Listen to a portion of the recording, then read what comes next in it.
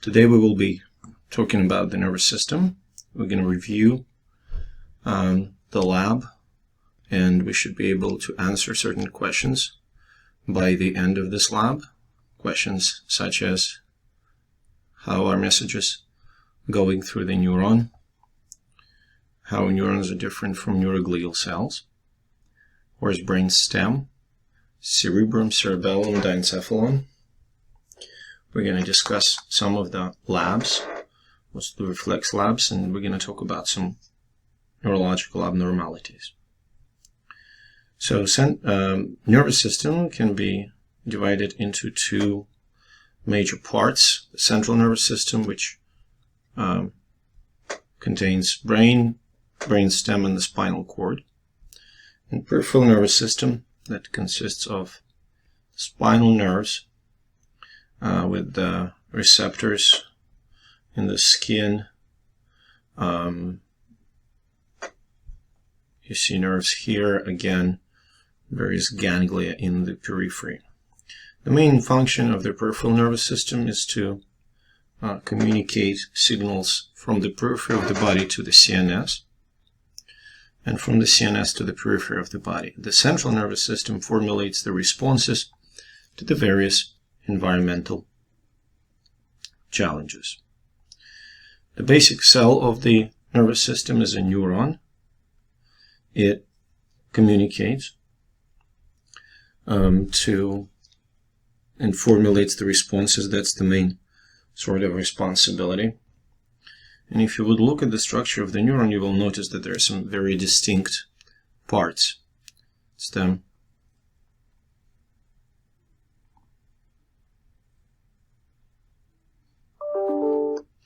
It's the cell body with the dendrites, and it is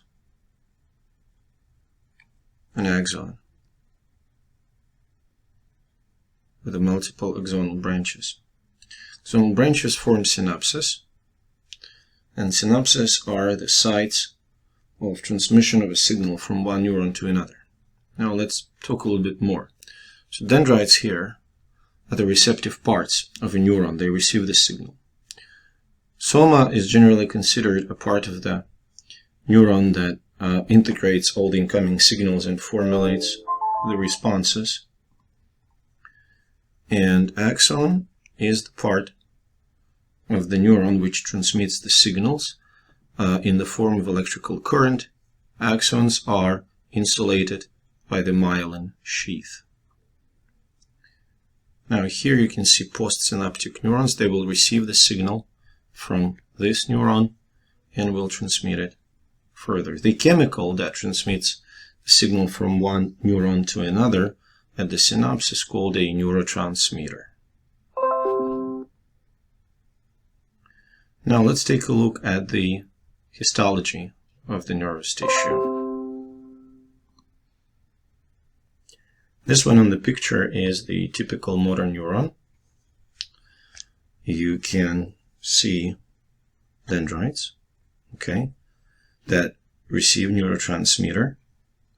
You can see a small nucleus in the center, which is found inside of the cell body, and you can see a beginning of the axon, which transmits the messages in the form of electrical signal to the synapses of the postsynaptic neurons. So when this electrical signal that runs along the axon reaches the synapse, electrical signal leads to the release of neurotransmitter at the terminal end of the axon. And these neurotransmitters, these chemicals, they diffuse across the synapses to reach next cells.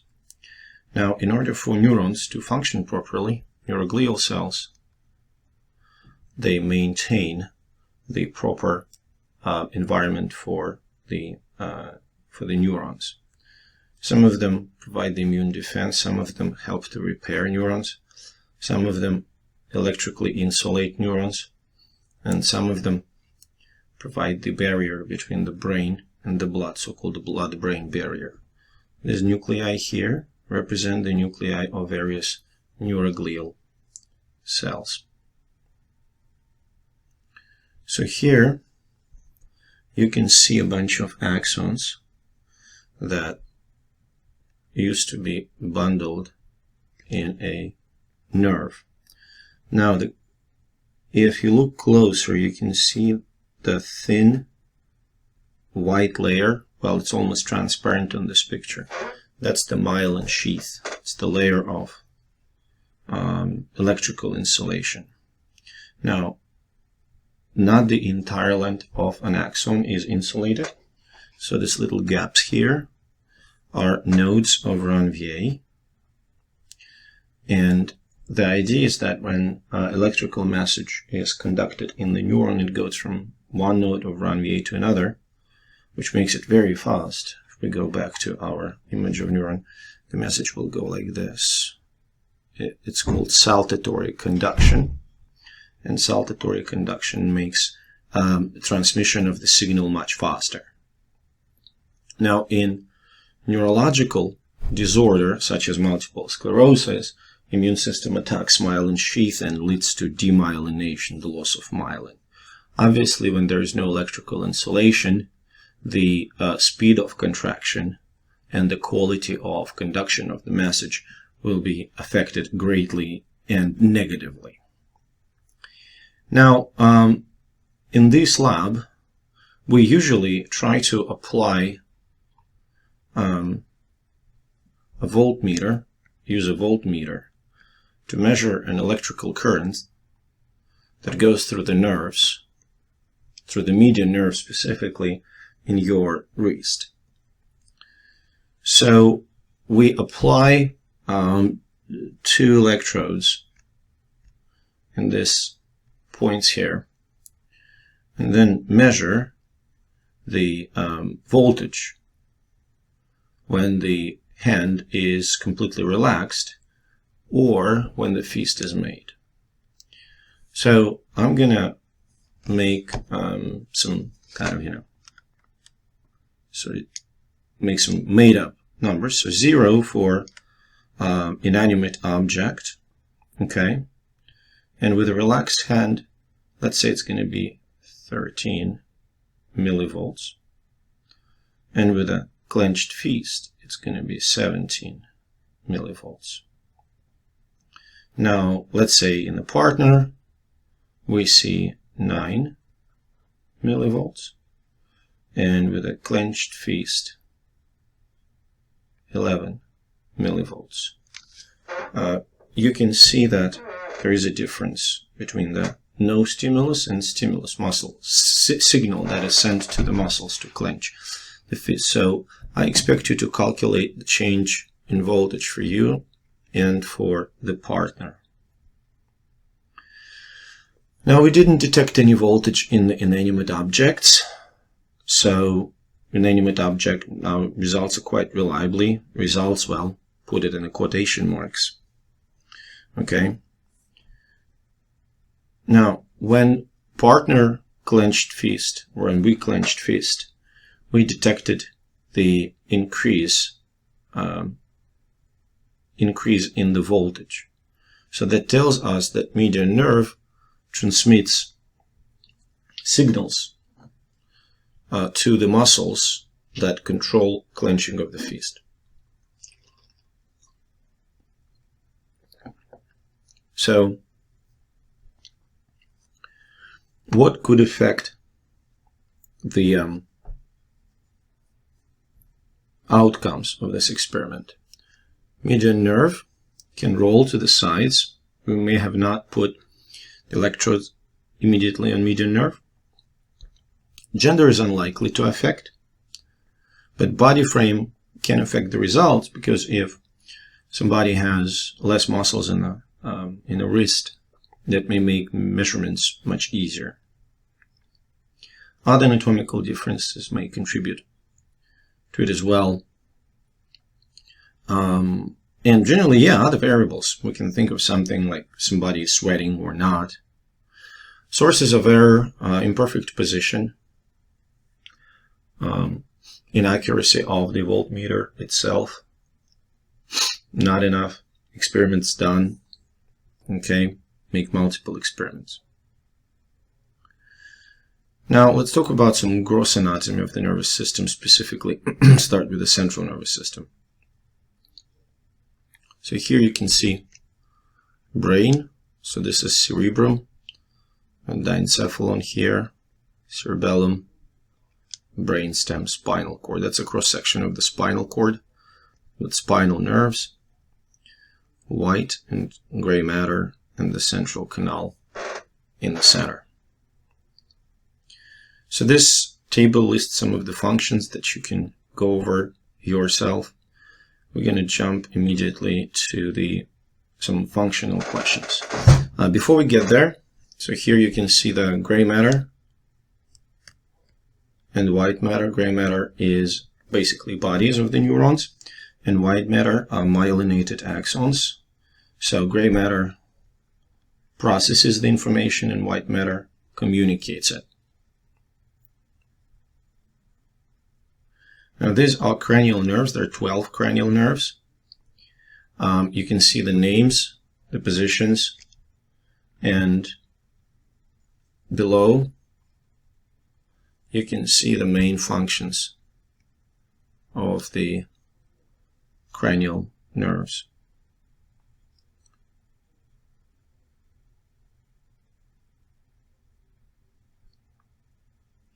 Here you can see spinal nerves, cervical, thoracic, lumbar, and sacral nerves, and they control different muscles. Now we're going to label some of that stuff. So cerebrum, left and right hemisphere, so that will be left, and that will be right hemisphere. This one is going to be right and left. This one is going to be right and left.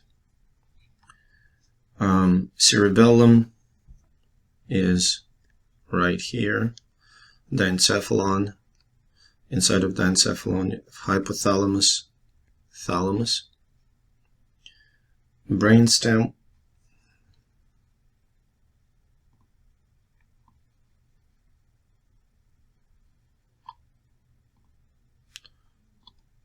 brainstem is here. You can see midbrain, pons, that bulging part, and medulla oblongata. And finally we have a couple of cranial nerves, olfactory and optic. You can clearly see olfactory nerves here, and those stubs are 2 optic nerves. Okay, so we're going to be recording the rest of it here.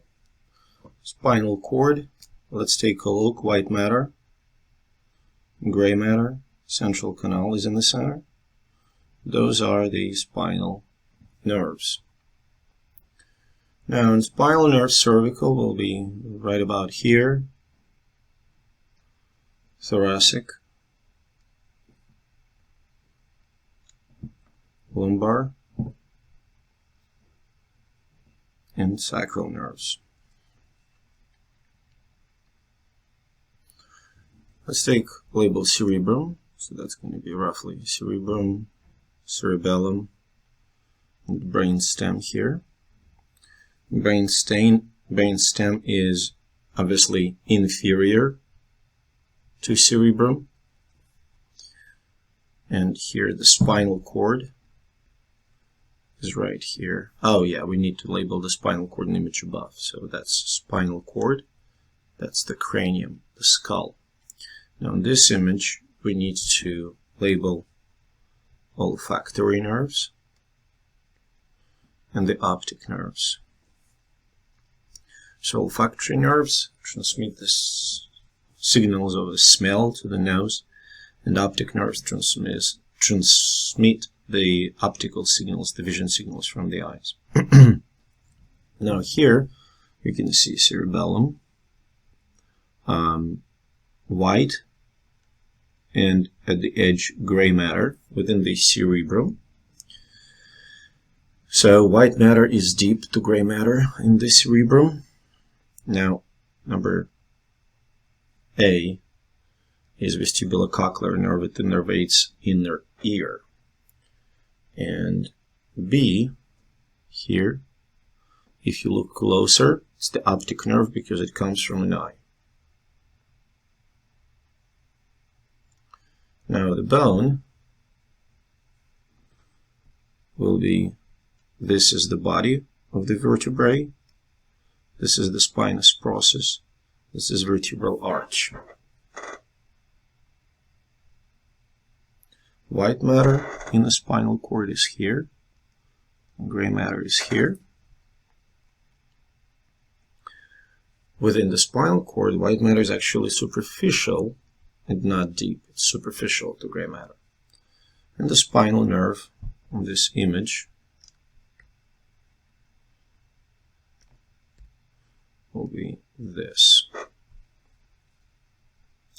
Now, we never did psychoactive drugs, so we're going to skip this part of the lab completely.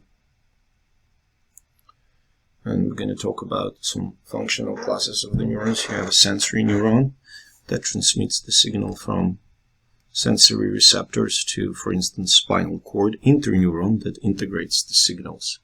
And motor neuron that transmits the responses to the muscles or to the glands. So these are, and that's how reflexes are organized. For instance, when you hit the patellar tendon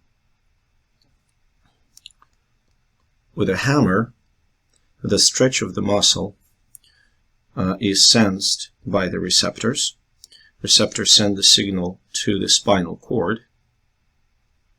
Okay, spinal cord formulates, so receptors send the signals to the spinal cord formulates the response, and your foot is jerking up. And you can demonstrate the plantar reflex or normal response in the plantar reflex is that when you draw the blunt object on this trajectory, the toes are going to curl, and in the abnormal response they're going to fan out. It's called Babinski's sign. You can try and do it yourself at home, but it's better if you ask someone to do this. Don't use the actual hammer. It should be something light. Now, a few disorders. So this gentleman, inability to close the left eye, inability to move the left side of the face. This is called Bell's palsy. It's the paralysis of the cranial nerve 7 facial nerve that controls the facial muscle movement. So Bell's palsy, answered that question. So most tracts are crossed. So swollen cranial nerve connected to the right side of the brain, because his left side is here. You can see the right side of the brain is where the damage to the nerve is. Treatment options, steroids to reduce the swelling and inflammation. It's basically it. So Alice, look, this is the normal brain, and this is the brain of Alice. You can see a massive ventriculomegaly. So this ventriculomegaly, accumulation of cerebrospinal fluid in Alice's head, okay, ventricles are enlarged. Too much cerebrospinal fluid accumulated in ventricles. Cerebrospinal fluid floats the brain and makes it cushions it, but when it is too much, it starts to press on the brain, leading to the disorder known as hydrocephalus.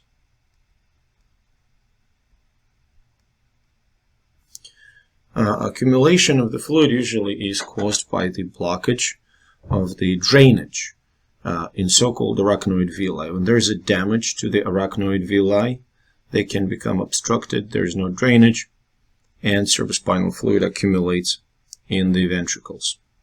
Treatment options, drainage of the fluid, may fixing the problem with arachnoid villi. Now, here we can see problems with Harriet. So she is forgetful, okay? And basically she develops dementia. And you can see that Harriet's brain demonstrates sort of decrease in the brain parenchymal mass, brain gray matter and white matter in multiple spots with ventriculomegaly. And here you can see plaques and neurofibrils compared to the normal brain. So accumulation of these plaques and fibrils is the sign of Alzheimer's disease. Treatment options, there are very little treatment options for Alzheimer's, quite frankly. So let's answer the review questions. A is obviously an axon, and it transmits the signal to the next neuron. Neurotransmitters will relay messages from one neuron to another. Stimulants usually, well, we can answer that. Decrease reaction time, increase blood pressure and heart rate. A is cerebrum, B is cerebellum. Cerebrum is thinking, memory, and cerebellum is control of the movements. Cervical nerves connect to the spinal cord in the neck area. So white matter and gray matter. Myelinated axons are in the white matter. And myelinated axons in spinal cord, they run vertically to and from the brain. Brain does not play any role in simple reflex arcs. Reflexes are mediated by the spinal cord. Reflexes are protective because, when you step on something sharp or you touch something hot, immediately withdraw your limb to avoid any further damage. Sensory neuron, interneuron, and motor neuron, the reflex diagram.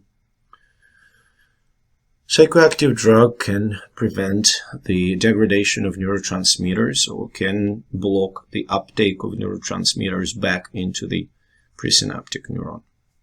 And health professionals check reflexes during the physical exam because they want to make sure that your spinal cord is physically intact.